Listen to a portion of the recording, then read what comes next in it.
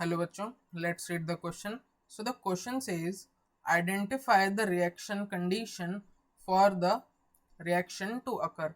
यानी हमें इस क्वेश्चन में ये बताना है कि कौन सी रिएक्शन कंडीशन हम यूज़ करें तो हमारा जो इथेनॉल है सबसे पहले तो वो हमारा यहाँ पर इथीन बन जाए और दूसरे केस में हमारा ये इथॉक्सी इथेन बन जाए। तो हमें इन दोनों की रिएक्शन कंडीशंस यानी हमें बताना है कि ये 1 क्या होगा और ये 2 क्या होगा रिएक्शन कंडीशंस में। तो आओ देखते हैं। तो सबसे पहले तो हमें इस क्वेश्चन का की कंसेप्ट पता होना चाहिए।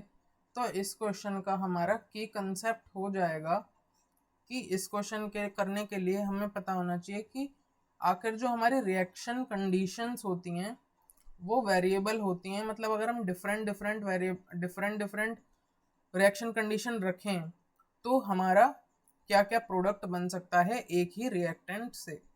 तो हम केस 1 की बात करें तो हमने लिया यहाँ पर इथेनॉल हमारा जो कि है C2H5OH। हम लिखते हैं C2H5OH और इसके अंदर हमने यहाँ पर कर दिया H2SO4 introduce at a higher temperature. हमने यहाँ डाल दिया 443 केल्विन टेम्परेचर पे H2SO4 इथेनॉल में हमारे। तो यहाँ पर जो हमारा प्रोडक्ट बनेगा वो बन जाएगी हमारी अल्कीन। यहाँ पर हो जाएगा हमारा डिहाइड्रेशन रिएक्शन। तो यहाँ पर बन गई हमारी अल्कीन।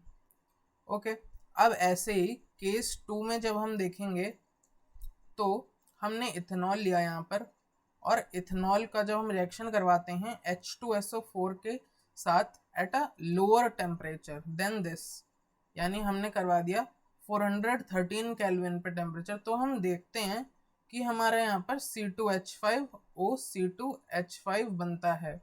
ये हमारी स्टैंडर्ड कंडीशंस हैं जो कि हमें एनसीईआरटी में गिवन है कि इस टेम्परेचर पर ये बनेगा और इस टेम्परेचर पर ये बनेगा।